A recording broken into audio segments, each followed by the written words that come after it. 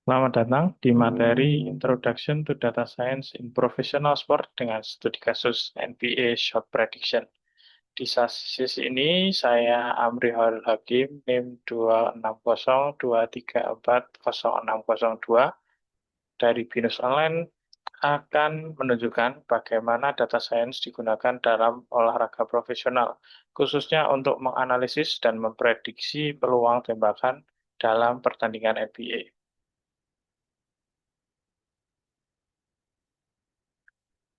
Nah, setelah mengikuti sesi ini, ada beberapa hal yang diharapkan bisa dicapai.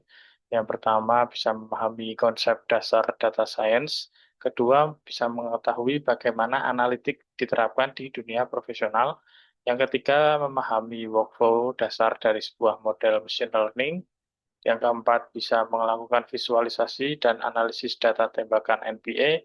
Dan yang terakhir, bisa menerapkan konsep machine learning sederhana ini menggunakan Google Colab.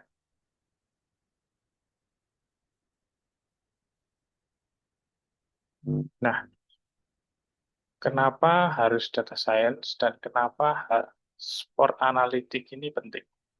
Data science saat ini digunakan hampir di semua industri, dan olahraga adalah salah satu contoh penerapan yang sangat nyata.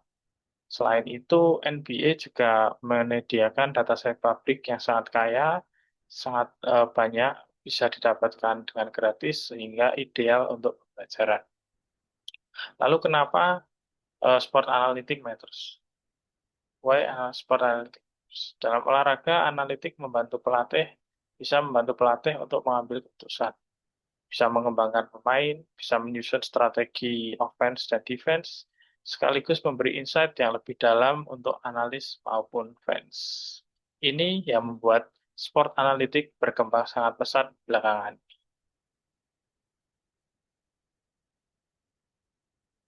Nah, dataset ini yang digunakan adalah data tembakan di NBA yang berisi lokasi XY, jarak tembakan, jenis aksi seperti layup atau jump shot, periode pertandingan, dan tentu saja hasilnya masuk atau tidak. Nah, yang selanjutnya workflow analisisnya ini cukup jelas dan terstruktur. Kita mulai dengan mengambil data dari NBA API, lalu melakukan pembersihan data, memvisualisasikan shot map, lalu menyiapkan fitur dan target, melatih model logistic regression, dan di akhir kita evaluasi dan interpretasi hasilnya. Ini workflow machine learning yang sangat yang ya standar dan mudah dipahami. Nah, berikutnya kita masuk ke visualisasi shot map. Pada grafik, tembakan yang masuk ini ditandai dengan warna oranye dan yang gagal ditandai dengan warna biru. Dari visualisasi ini saja kita sudah bisa melihat pola area dekat ring biasanya lebih efisien, sementara area perimeter ini lebih variatif. Banyak yang masuk atau banyak yang tidak. Nah, untuk menghasilkan visualisasi ini, kita mengimpor library, mengambil ID tim, lalu memanggil NBA API untuk mengambil data tembakan. Langkah ini cukup mudah dijalankan di Google Colab.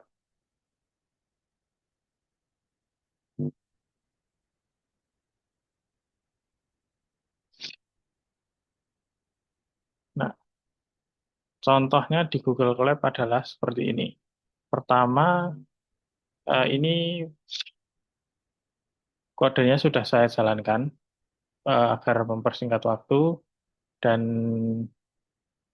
yang pertama kita lakukan ini adalah menginstal tools-tools yang dipakai. Tools utama yang dipakai ini ada beberapa, ada NBA API untuk mengambil data play by play langsung dari server NBA, Pandas untuk proses data, scikit-learn untuk modeling, dan Matplotlib untuk visualisasi. Lalu kita import di sini, lalu kita melakukan instalasi, lalu kita di sini memilih eh, pilihan tim dan musim. Misalnya saya memilih Los Angeles Lakers di musim 2023-2024 regular season. Lalu di sini mengambil ID tim. Fungsi yang pertama ini untuk mencari ID tim berdasarkan nama. NBA API ini tidak menerima nama tim sebagai string, jadi kita perlu mengubah nama menjadi ID. Lalu selanjutnya kita buat function fetch sort team sort chart. Sort chart. Kita menggunakan sort chart detail endpoint dengan player RG0. RG0 ini berarti semua pemain di tim itu. Lalu parameter FGE memastikan seluruh percobaan tembakan diambil bukan hanya tembakan yang masuk saja. Lalu kita beri retry 3 kali untuk menghindari kegagalan RTI. Nah, setelah datanya berhasil diambil, kita visualisasikan shot map-nya. Contohnya ada di sini, plot shot map. Nah, titik-titik ini adalah hasilnya. Titik-titik oranye di sini itu adalah tembakan masuk dan yang biru adalah tembakan gagal.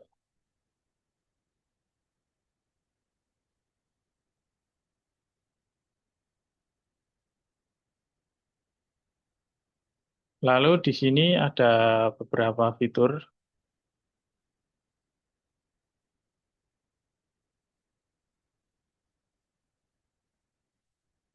Setelah data ini diambil, kita masuk ke tahap fitur engineering.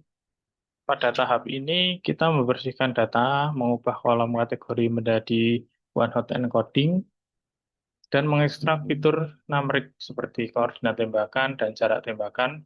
Semua proses ini digabungkan dalam fungsi prep features.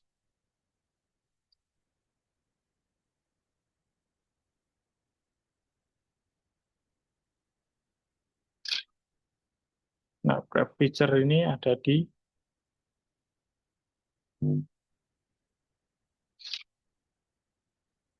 sini. Untuk modeling ini kita memakai beberapa informasi penting. Ada lokasi tembakan, log X dan log Y. Ini jarak tembakan, shot distance, periode pertandingan, zona dari tembakan, shot zone area, shot zone range, jenis aksi, misalnya dang, layup, pull up. Tipe aksi ini ya bisa jumlahnya mungkin bisa sangat banyak dan sangat besar atau sangat besar.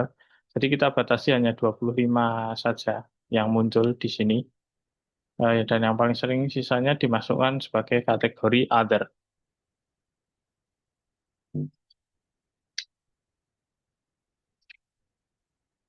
Nah, di sini kolom kategori seperti zona dan action type kita ubah menjadi one hot encoding. Proses ini mengubah kategori menjadi kolom biner sehingga bisa dipakai oleh logistic regression. Akhirnya adalah matrix fitur yang menggabungkan data numerik dan kategori.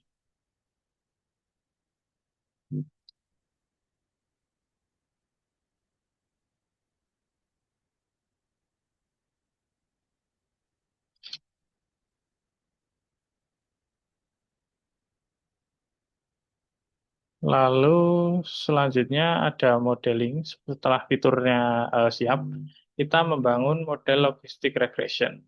Model ini dilatih menggunakan train test build, lalu dievaluasi menggunakan metrik seperti akurasi, ROC, AOC, dan classification report.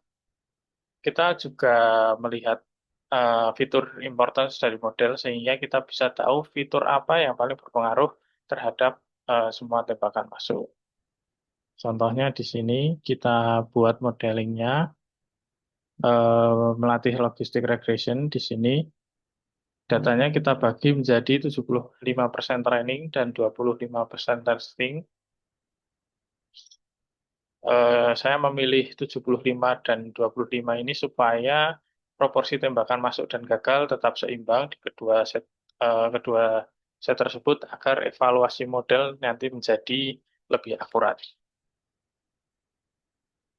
Saya juga memilih logistic regression karena ya yang paling sederhana, cepat, dan mudah diinterpretasikan melalui koefisien fiturnya.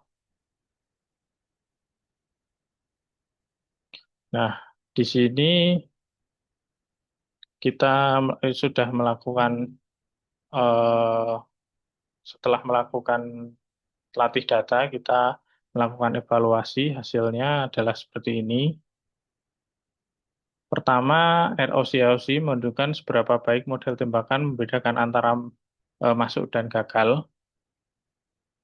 Model ini semakin mendekati satu, maka semakin bagus. Di sini mungkin 0,691, mungkin 0,7, hampir 0,7. Akurasi menunjukkan ini seberapa sering model benar dalam memprediksi. Ini ada 0,649. Nah, classification report memberikan precision, recall, dan F1 score untuk masing-masing kelas.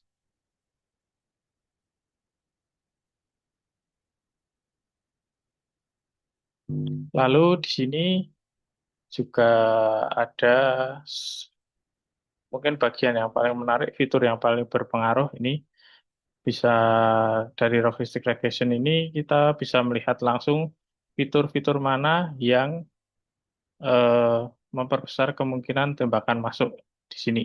Top 10 fitur yang mendorong tembakan masuk. Ada koefisien, koefisien terbesarnya biasanya terkait tembakan di restricted area atau layup. Sementara fitur yang paling negatif biasanya terkait tembakan jarak jauh atau tembakan dengan persiapan sulit, misalnya seperti pull up atau layup gitu.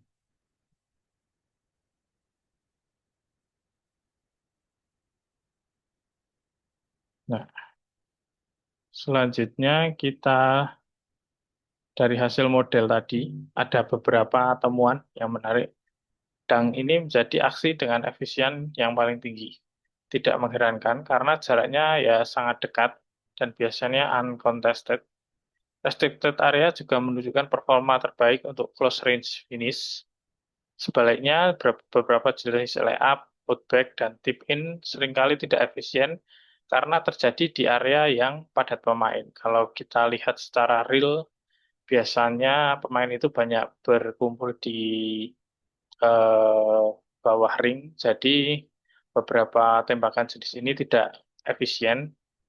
Floaters dan non-RE paint shot cenderung memiliki akselerasi rendah.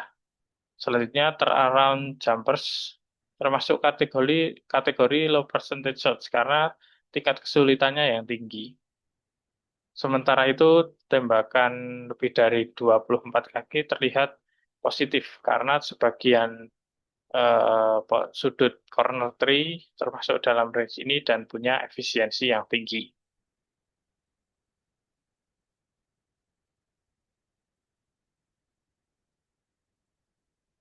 Nah, kesimpulannya dari studi kasus sederhana ini, kita bisa simpulkan bahwa pertama, data science ini mampu memberikan gambaran jelas tentang pola efisiensi tembakan dalam NBA.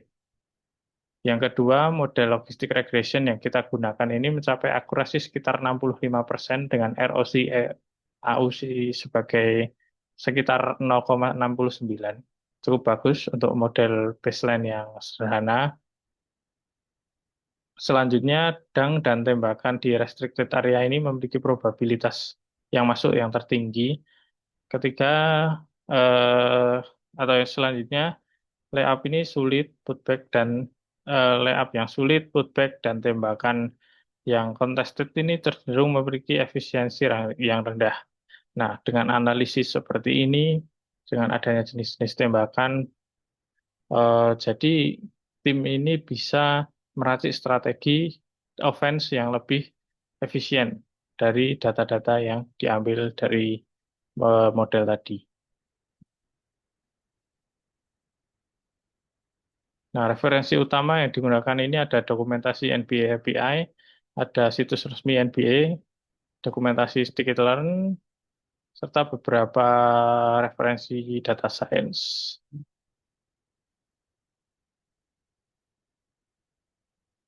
Terima kasih.